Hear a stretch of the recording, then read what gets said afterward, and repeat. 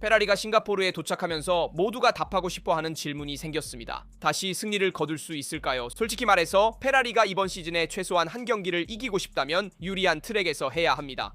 예를 들어 그중 하나가 싱가포르일 수 있습니다. 사실 르클레르는 승리를 믿고 싶어 합니다. 하지만 그뿐만 아니라 우리는 모나코 출신 드라이버의 미래에 대해서도 이야기해야 합니다. 2027년에 팀을 바꿀 수 있다는 소문이 있기 때문입니다. 그리고 이 가능성이 얼마나 현실적인지 살펴보고 맥라렌이 컨스트럭터 챔피언십에서 우승하여 받을 보너스와 워킹팀의 수익 증가에 대해 이야기해야 합니다. 마지막으로 베르스타펜의 타이틀 우승 가능성에 대한 르클레르의 발언도 확인해 봅시다.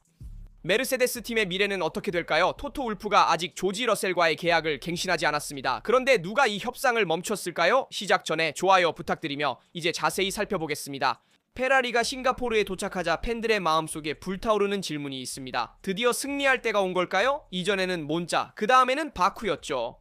시즌 첫 승리가 계속해서 멀어지고 있지만 샤를 르클레르는 포기하지 않고 달력에서 가장 극적인 도심 서킷에서 목표를 다시 설정하고 있습니다.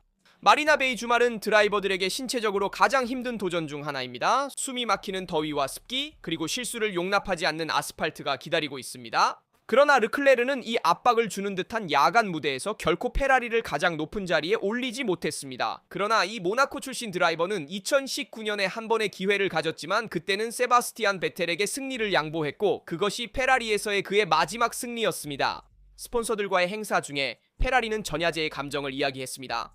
르클레르는 지금까지 시즌은 복잡했습니다. 우리는 팀으로서 원하는 수준에 도달하지 못했습니다. 라고 말했습니다. 개인적으로는 강렬한 느낌이 들고 이번 주말에라도 페라리를 선두에 세우고 싶습니다. 싱가포르는 제가 애정하는 서킷이며 도심 서킷은 끊임없는 도전이고 벽이 매우 가까워서 최선을 다해야만 합니다. SF25는 여기에서 몇 가지 무기를 더 가질 수 있습니다. 마리나 베이 서킷은 코너를 빠져나올 때 큰 견인력과 기계적 그립의 훌륭한 관리가 필요합니다. 두 가지 측면에서 페라리가 이미 강점을 보였습니다. 진정한 문제는 타이어 온도입니다. 뜨거운 아스팔트와 후미가 과열될 위험이 있는 상황에서 균형이 모든 것을 좌우합니다. 팀이 소프트와 미디엄 타이어를 효과적으로 작동시키고 너무 빠르게 마모되지 않도록 관리할 수 있다면 진정으로 승리를 목표로 할 수 있을 것입니다. 레드불과 맥라렌이 여전히 강력한 우승 후보로 여겨지지만 실수가 빈번하게 발생하고 세이프티카가 거의 확실히 등장하는 서킷에서는 전략이 모든 것을 뒤집을 수 있습니다. 깨끗한 출발, 공격적인 예선, 그리고 타이어 윈도우에 머무를 수 있는 능력은 몬자와 바쿠에서 가장 중요한 순간에 닫혔던 문을 열 수 있을 것입니다. 페라리는 2023년 싱가포르에서 사인츠가 승리한 후로 이기지 못했습니다. 이제 꿈은 샤를이 다시 앞서 승리하는 것입니다. 모나코 출신인 그는 굶주려 있고 제가 말했듯이 그는 좌절을 구체적인 것으로 바꾸고 싶어 합니다. 일요일은 놓친 기회들로 가득했던 시즌을 다시 쓸 좋은 밤이 될 수 있습니다. 저는 르클레르가 이번 주말에 정말로 이길 수 있다고 믿습니다. 중요한 것은 금요일부터 차를 준비하고 토요일을 잘 보내며 좋은 예선을 치러 앞에 서고 그 다음 경기를 잘 관리하는 것입니다. 사실 싱가포르에서는 예선이 주말 전체에 큰 차이를 만들 것입니다. 만약 페라리가 이미 첫 번째나 두 번째 줄에서 출발한다면 우리는 포디움과 승리를 위해 싸울 수 있는 페라리를 볼 수 있을 것입니다. 반대로 만약 토요일에 페라리가 상위 5명 밖에 있다면 포디움을 노리기 어려울 것입니다. 르클레르는 도심 서킷을 좋아하고 빠르며 트랙의 모든 센티미터를 잘 활용합니다. 이번 주말에도 차이를 만들 거예요. 르클레르가 모나코에서 얼마나 빠른지 여기 싱가포르에서도 얼마나 빠른지 우리는 알고 있어요. 최근 몇 년 동안 제 생각에는 르클레르가 이 트랙에서 좀 과소평가된 것 같아요. 올해는 그가 더 강력한 모습을 보여줄 것 같아요. 하지만 페라리가 셋업을 잘 맞추고 금요일뿐 아니라 주말 내내 강한 모습을 보이는 게 중요해요. 경력에서 10번 승리한 르클레르는 9번째 승리를 원합니다. 이는 그 자신에게도 중요하지만 팀에게 더 중요한 승리가 될 것입니다. 이렇게 복잡한 페라리의 시즌에서 승리를 거두는 것은 모든 것을 바꿀 것입니다. 적어도 어려운 시즌을 보냈지만 시즌의 승리를 거두었다고 말할 수 있습니다. 2023년과 비슷한 시즌이라면 원하면 가능합니다. 그리고 르클레르는 그리드 반전과 스프린트 레이스에 대한 의견도 밝혔습니다. 그리드 반전은 새로운 주제가 아니에요. 이미 포뮬러2에서 토요일 스프린트 레이스의 상위 10위가 반전되기 때문이죠. 반면 포뮬러1에서는 이 아이디어가 드라이버들과 팬들에 의해 계속 거부되어 왔어요. 챔피언십의 본질과 너무 동떨어진 아이디어로 여겨지기 때문입니다. 하지만 이제 모나코 출신의 드라이버가 새로운 가능성을 열고 있습니다. 그리드는 일반적인 주말이나 일요일 경기가 아니라 스프린트 레이스에서 시도해볼 수 있습니다. 포뮬러 1의 본질에 꼭 맞진 않지만 스프린트 레이스에선 의미가 있을 수 있어요. 왜 이렇게 열린 자세를 취할까요? 르클레르는 요즘 스프린트 레이스가 종종 지루한 행렬이 된다고 설명합니다. 모두가 실제 그랑프리를 앞두고 아무것도 망치지 않으려고 생각합니다. 그래서 추월도 적고 볼거리도 적습니다. 그리드를 반대로 하면 역학이 바뀌어 팀들이 짧은 경기에서 더 많은 위험을 감수하도록 강요할 수 있으며 세계 대회를 손상시키지 않을 것입니다. 르클레르는 스프린트 레이스의 양이 적당하며 더 늘리지 않겠다고 했어요. 이는 포뮬러 1의 방향성에 대한 의견을 담고 있습니다. 더 많은 볼거리는 좋지만 이 카테고리의 독특함을 만드는 기술적, 전략적 본질을 잃지 않는 것이 중요합니다. 무슨 뜻일까요? 스프린트 레이스에서 그리드를 반대로 하는 아이디어는 흥미로운 시나리오를 만들 수 있습니다.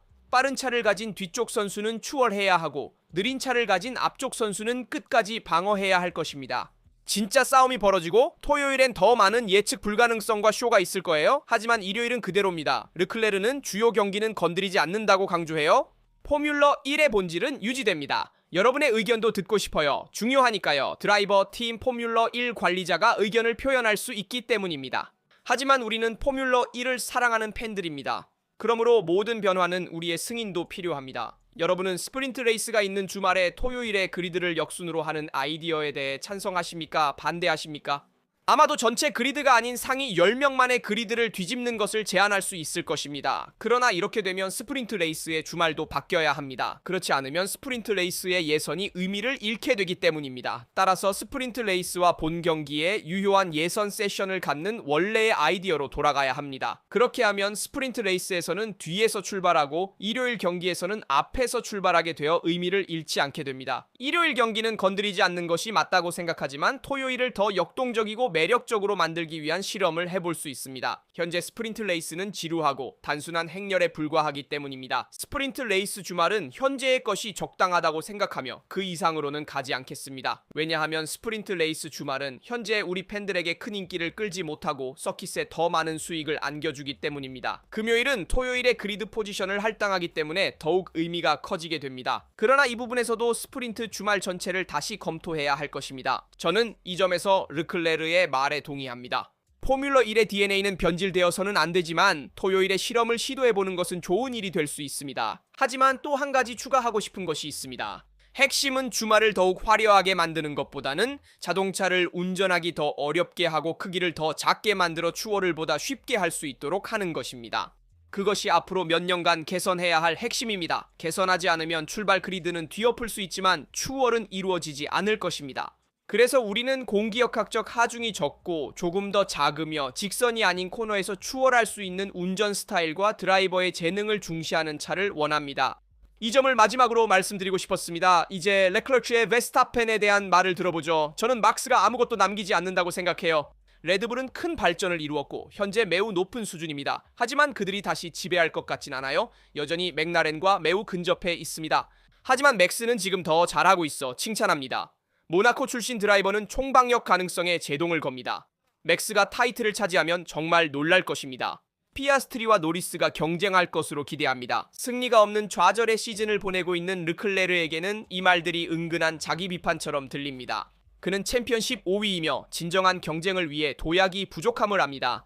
반면 네덜란드인은 예전처럼 완벽한 레드불이 아님에도 차이를 만들고 있습니다. 그리고 샤크 빌느브가 생방송에서 찰스가 아마도 세계 챔피언이 되지 않을 것을 이해하기 시작했다는 발언이 있었습니다. 그리고 이는 모나코 선수에게 진정한 결과의 긴급함을 반영하는 무거운 발언입니다. 여기서 중요한 질문에 도달합니다. 르클레르는 2027년에 팀을 바꿀까요? 여기서 우리는 한 장을 열어야 해요. 최근 몇 주 동안 많은 기사들이 르클레르가 페라리를 떠날 준비가 되어 있다고 말하지만 진실은 덜 충격적이고 더 간단해요. 샤를 르클레르의 매니저 니콜라스 토드는 자신의 일을 하고 있습니다. 그는 다른 팀들과 대화 중이며 이는 배신이 아니라 일상적인 일입니다. 실제로 무슨 일이 벌어지고 있을까요? 페라리는 최근 몇 년 중 최악의 시즌을 겪고 있어요. 승리가 없고 SF25는 실망스러웠으며 해밀턴은 적응에 어려움을 겪고 르클레르는 2급 시즌 동안 타이틀 없이 좌절 중입니다. 이 불안정한 상황에서 누군가가 니콜라스 토드가 맥라렌, 메르세데스, 에스턴 마틴과 대화했다고 쓰기만 해도 미디어의 혼란을 일으키기에 충분했어요.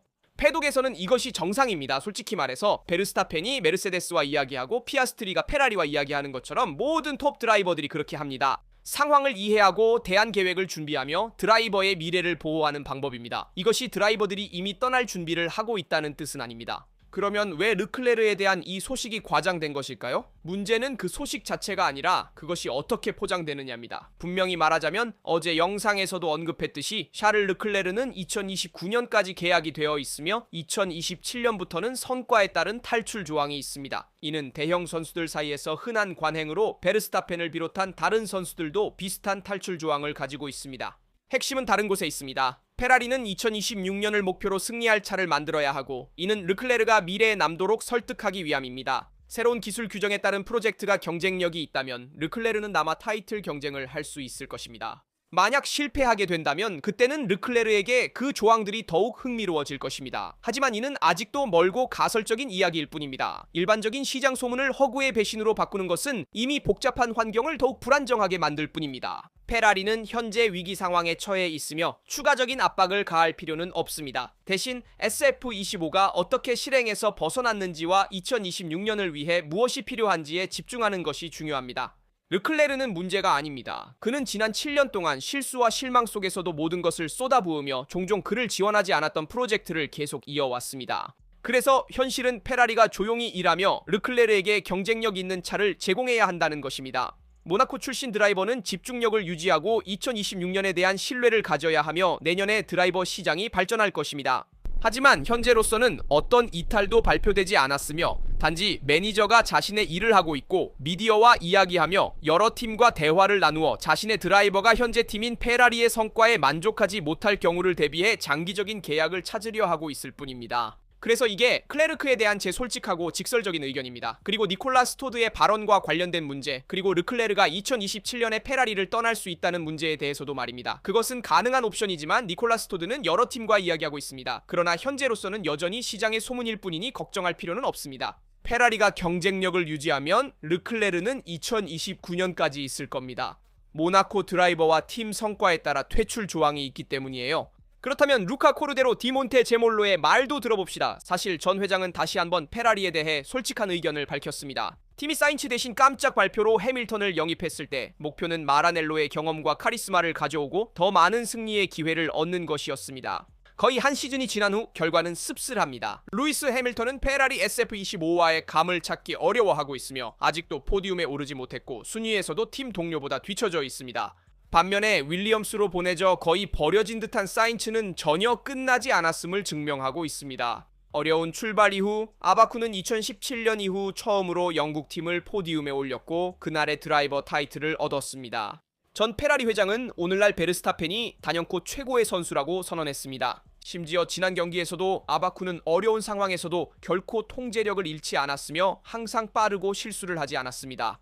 그는 페라리의 옛 라인업에 대해 언급하며 사인츠와 르클레르가 훌륭한 조합이었다고 했어요. 마지막으로 약간 비꼬는 듯한 말을 덧붙였죠. 그러니까 몬테제몰로는 내린 결정들에 대해 확신이 부족하고 메시지는 해밀턴에게 모든 것을 걸기로 결심한 사람들에게도 전달되는 것 같습니다. 그러니까 오늘날 루이스 해밀턴은 슈퍼스타라는 꼬리표와 함께 타이틀을 쟁취하겠다는 생각으로 왔지만 아직 해결책을 찾지 못했습니다. 중국에서의 스프린트 레이스에서의 유일한 부분 승리와 경기에서의 3번의 4위는 7번의 세계 챔피언에게는 너무 부족합니다. 반면에 르클레르는 더 꾸준하며 5번의 포디움을 차지했고 팀 동료보다 44점 더 많으며 챔피언십에서 견고한 5위를 차지했습니다. 페라리가 기대했던 반전은 결코 오지 않았습니다. 그 사이에 사인츠는 아웃사이더로서 다시 부상하고 있습니다. 스페인 선수는 거의 버려진 상태에서 이제는 견고함과 속도를 보여주고 있습니다. 제 생각에는 해밀턴이 아직 붉은색에서 차이를 보여줘야 해요. 사인츠는 아마도 페라리가 그의 가치를 과소평가했을 수 있음을 보여주고 있어요. 하지만 제 관점에서는 사인츠가 페라리에서 세계 챔피언이 될 자질은 없다고 봐요. 하지만 해밀턴은 그렇지만 우리는 맥라렌에 대해 다시 이야기하고 싱가포르의 마리나베이에서 왜 유리한지 봐야 합니다. 사실 맥라렌은 싱가포르의 명확한 임무를 가지고 도착합니다. 승리하고 컨스트럭터 타이틀에 큰 발판을 마련하는 것입니다. 2번의 씁쓸한 주말 동안 베르스타펜과 그의 레드불이 몬자와 바쿠에서 새로운 경쟁력을 찾은 후 싱가포르는 MCL39를 다시 편안한 구역으로 되돌릴 수 있을 것입니다. 왜 싱가포르는 맥라렌에게 완벽한 트랙일까요? 마리나베이의 시가지 트랙은 매우 높은 공기역학적 하중, 큰 견인력, 그리고 세팅의 넓은 작업 범위를 요구합니다. 바로 그게 올해 맥라렌의 뛰어난 점이에요. 맥라렌이 지배했던 모나코와 헝가리 같은 비슷한 트랙에서도 이를 확인할 수 있었죠. 반면 캐나다, 몬자, 바쿠처럼 공기역학적 하중이 낮은 서킷에서는 맥라렌이 더 어려움을 겪었어요.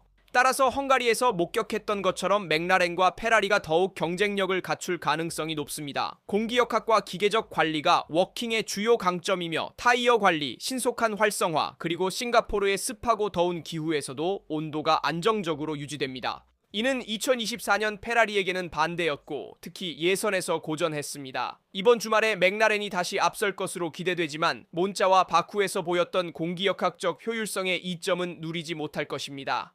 페라리가 레드불보다 더욱 경쟁력을 가질 가능성이 있습니다. 그리고 맥라렌은 작년에 비해 수익이 4배로 증가했으며 매출은 7억 1,400만 달러로 상승했습니다. 워킹팀의 경제적 성장을 살펴보겠습니다. 2023년에 맥라렌은 약 1,300만 파운드의 이익으로 마감했지만 2024년에는 순이익이 5,400만 파운드로 증가했습니다. 이는 세계대회 우승, 증가된 FOM 상금, 그리고 파파야 브랜드의 미디어 복귀를 감지한 스폰서들 덕분에 단 1년 만에 수익이 거의 1억 파운드 증가한 결과입니다. 몇 년 전만 해도 맥라렌이 팬데믹 동안 슈퍼카 수요 감소로 인해 붕괴 직전이었다고 생각하면 이는 엄청난 도약입니다. 그 당시 잭 브라운은 자본을 찾기 위해 노력하면서 MSP 캐피탈을 유치했고 이 회사는 팀의 가치를 약 5억 6천만 파운드로 평가했습니다. 오늘날 동일한 맥라렌은 37억 파운드, 즉 50억 달러 이상으로 평가되고 있습니다.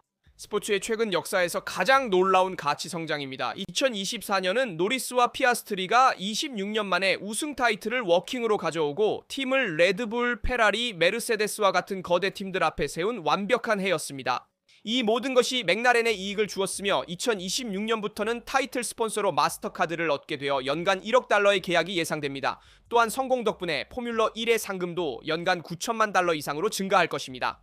이것이 바로 잭 브라운의 효과입니다. 그는 팀에 많은 스폰서를 유치하고 빅테크의 가치 있는 자산으로 맥라렌을 강화했습니다. 그래서 올해는 맥라렌의 컨스트럭터 타이틀과 드라이버 타이틀을 차지하는 것을 보는 것이 흥미로울 것입니다. 맥라렌의 드라이버나 호라스 또는 피아스트가 우승할 가능성이 높습니다. 맥라렌 팀의 재정적 가치가 얼마나 상승할지 보는 것은 흥미로울 것입니다. 싱가포르에서 이미 컨스트럭터 타이틀을 획득하기 위해서는 메르세데스가 맥라렌보다 31점 이상, 페라리가 맥라렌보다 35점 이상을 얻지 않아야 합니다. 실질적으로는 맥라렌의 두 드라이버 중 한 명이 최소 5위 안에 들어야 페라리를 따돌릴 수 있고 최소 3위 안에 들어야 메르세데스를 따돌릴 수 있습니다. 요컨대 노리스와 피아스트리에게는 평범한 주말만 있으면 싱가포르에서 이미 컨스트럭터 챔피언십을 우승할 수 있습니다.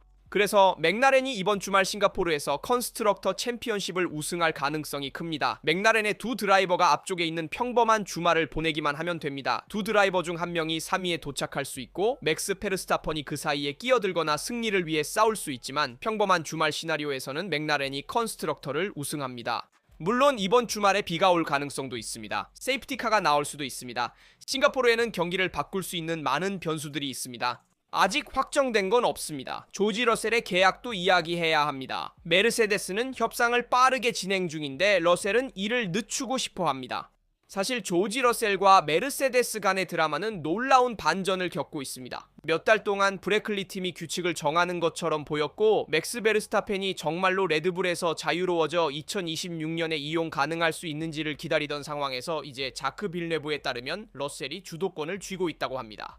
사실 헝가리 그랑프리에서 모든 게 끝난 듯 했습니다. 베르스타펜은 레드불에 남겠다고 했고 토토 울프는 2026년 새 기술 사이클을 위해 러셀 안토넬리 조합을 유지하겠다고 했습니다. 그래서 러셀의 계약 갱신이 곧 있을 것 같았습니다.